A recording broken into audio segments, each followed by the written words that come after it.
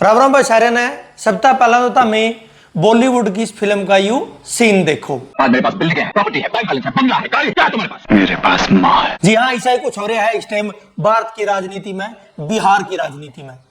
असल में यह क्या था कि बिहार में चल रही है यात्रा, जिसमें तेजस्वी यादव और राहुल गांधी मुद्दे रखने लग रहे हैं, बेरोजगारी का, पलायन का, भ्रष्टाचार का, घूसखोरी का और गुंडागर्दी का, लोकतंत्र का, संविधान का, या फिर वोट चोरी का। इन सारी बातों पर इलेक्शन की तैयारी करने लग रहे हैं। बिहार वोटर अधिकार यात्रा निकालने लग रहे हैं और मोदी जी इस विषय में इन सारी चीजों काउंटर में मोदी जी कहने लग रहे हैं मेरे पास माँ है। वो यह था कि वोटर अधिकार यात्रा के दौरान जब राहुल गांधी तेजस्वी यादव एक मंच पर चढ़े हुए अपनी बात कहकर निकले, तो उसे दौरान किसी ने मंच पे तय मोदी जी के बारे में बार बार चोर कहा और सुनने में आया है कि उसने जो भी बोलने लगा उसने मोदी जी को गाली दी, माँ की गाली दी।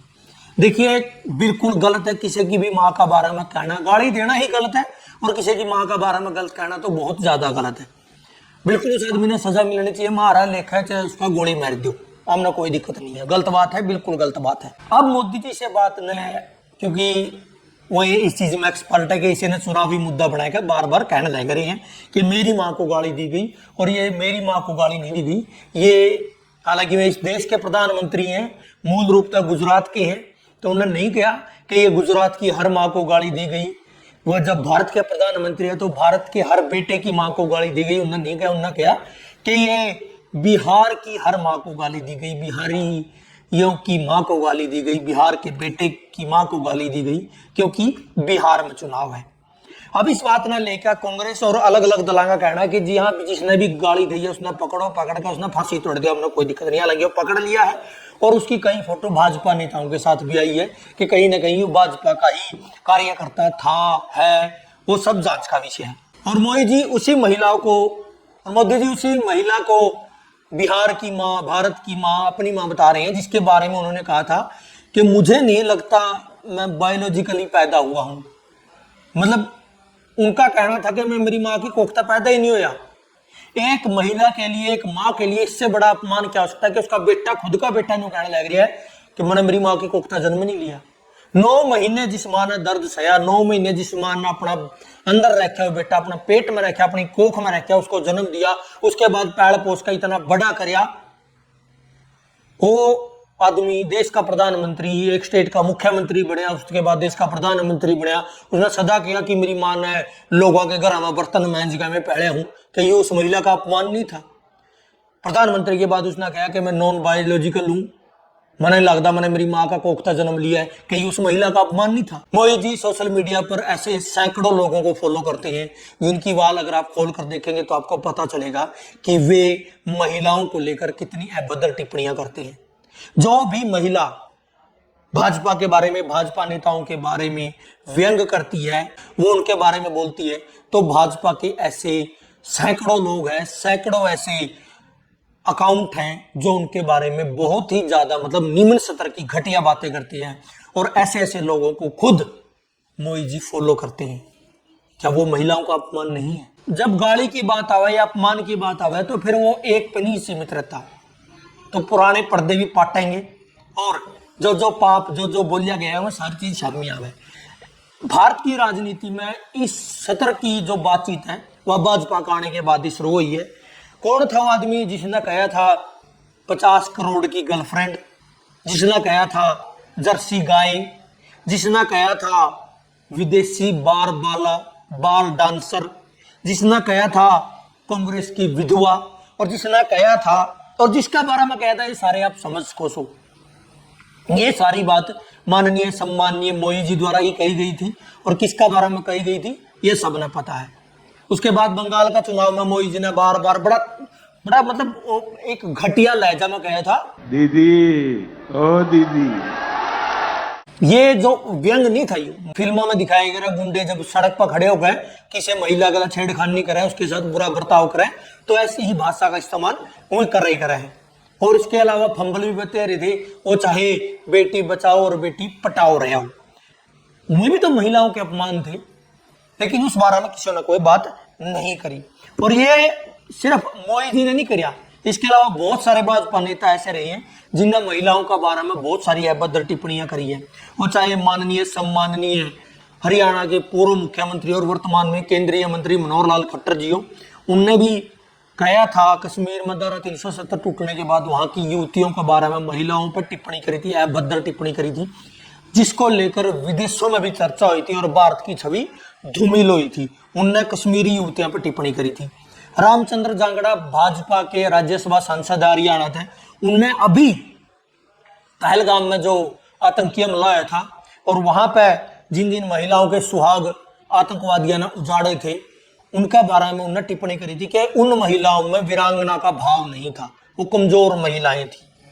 मतलब आतंकवादियों ने जिन महिलाओं के पति मार दिए, जिनके घर उजाड़ दिए, जिनका सुहाग उजाड़ दिया, उनके सामने उनके बच्चे मार दिए, उनका बारे में भाजपा नेता कहने लग रहे कि उनमें वीरांगना का भाव नहीं था। प्रज्वल रेवन्ना का बारे में आप सबने सुना होगा, जिस खातर मोदी जी ने 8 ठट्ठा का वोट मांगे थे। उसकी जब सीडी सामने आई, जब कांड सामने आया, कितनी ही सैकड़ों महिलाओं के साथ उसने बलात्कार कराया था, उसका बारे में मोदी जी ने ना उससे पहला बोल लिया और ना सजा होने के बाद बोल लिया। वे महिलाएं नहीं थी, वे किसी की माँ बहन बेटी नहीं थी, उनका अपमान देश का अपमान नहीं था। रमेश बिदुड़ी है भाजपा नेता, उनने अभी हाल ही में ट्विटर पर पोस्ट डाली थी, टीएमसी सांसद और अच्छी प्रवक्ता, अच्छी वक्ता महुआ मोइत्रा का बारे में उनने एक इतना घटिया शब्द का इस्तेमाल किया था जो मैं आप तक बता भी नहीं सकता। वो भाजपा नेता था और जिसका बारे में कहा गया वो टीएमसी की महिला सांसद थी, उसका बारे में भी कहा गया, लेकिन वो महिला थी और उससे किसी को कोई फर्क नहीं पड़ा, खासकर मोदी जी को कोई फर्क नहीं पड़ा। किसान आंदोलन के दौरान वर्तमान में भाजपा सांसद हिमाचल के और बॉलीवुड अभिनेत्री और मोदी जी की चाहती कंगना रणावत ने जो हमारी एक पंजाब की बुजुर्ग माता थी उनका बारे में कहा था कि 100 रुपया में दिहाड़ी पाने वाली लुगाई, वो भी महिला का अपमान नहीं था, बुजुर्ग महिला का अपमान नहीं था, वो भी किसी की माँ बेटी नहीं थी अकॉर्डिंग टू मोदी जी। हिसार में किसान आंदोलन के दौरान ही टोल पे जब पुलिस ने लाठीचार्ज किया तो एक महिला को बहुत बूंदी तरिया मारा गया था, सिर फूट गया था, खून की तंतेरी आई थी, सारा मुंह खून था, लाल हो गया था, लेकिन वो भी किसी की मां नहीं थी, ऐसा मोदी जी को लगता है। भाजपा नेता ने ही अपना स्टेज तय किया था कि ऐसी सड़क बनावांगे, इतनी बढ़िया सड़क बना के दे देंगे जैसे प्रियंका गांधी के गाल है। ये भी महिला का अपमान नहीं था। और मणिपुर जो पिछला 1-2 साल तक जलन लग रहा है, जहां पर मोदी जी नहीं गए, एक बार भी नहीं गए, वहां पर बताया गया कि जो महिलाओं को नग्न करके घुमाया गया था वे किसी शहीद की भी पत्नी थी उनमें, और चाहे ना भी हो शहीद की पत्नी, महिलाओं को नग्न करके घुमाया गया। आज का टीम में, इस टीम में भारत में जब तथाकथित हम विश्व गुरु बन चुके हैं, दुनिया की बहुत बड़ी अर्थव्यवस्था है और दुनिया के नेता विश्व गुरु मोदी जिस देश के प्रधानमंत्री हैं, उस पर भी मोदी जी ने कुछ नहीं बोलिया और वो भी महिलाओं का अपमान नहीं था। उसका न लेकर भी भाजपा के जो नेता है उन्होंने कहीं भी सड़क पर कोई प्रदर्शन नहीं किया।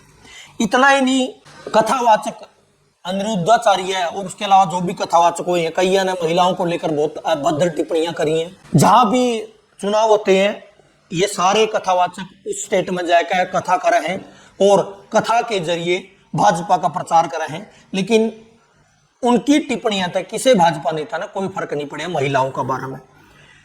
आज जो भाजपा की महिलाएं, जो भाजपा के लोग मोदी जिस भी बात न लेकर, महिलाओं का अपमान न लेकर, मोदी जी की माँ का अपमान न लेकर, कह बिहार की माँ का अपमान न बोल कर जगह जगह रोड जाम कर रही हैं, ये वही लोग हैं जिन्हें कुलदीप सेंगर, जिस पर एक बच्ची का बलात्कार और हत्या का इल्जाम लगा था, उसका समर्थन में तिरंगा यात्रा निकालनी थी। तो इन्हें क्यों लगा है कि ये जो वोट के लिए मां बनाया जावे है और वोट के लिए जिस चीज को मुद्दा बनाया जावे है, दूसरे की माओं का अपमान, दूसरी महिलाओं का अपमान अपमान नहीं है, सिर्फ इनकी मां का अपमान अपमान है, ऐसा इन्हें लगता है। तो भाई जब आप जिस चीज की शुरुआत राजनीति में करो हो, जिस भाषा के राजनीति में भाषा का सत्र जो आप नीचे लेकर आओ हो, तो आप न अकेला गो सिर्फ आप ना वह, ये उसका सर दूसरे पर नहीं पड़ेगा। रात इंदौरी साहब का कहना है कि लगेगी आग तो आएंगे घर कई जद में, यहाँ पे सिर्फ हमारा मकान थोड़ी ही है।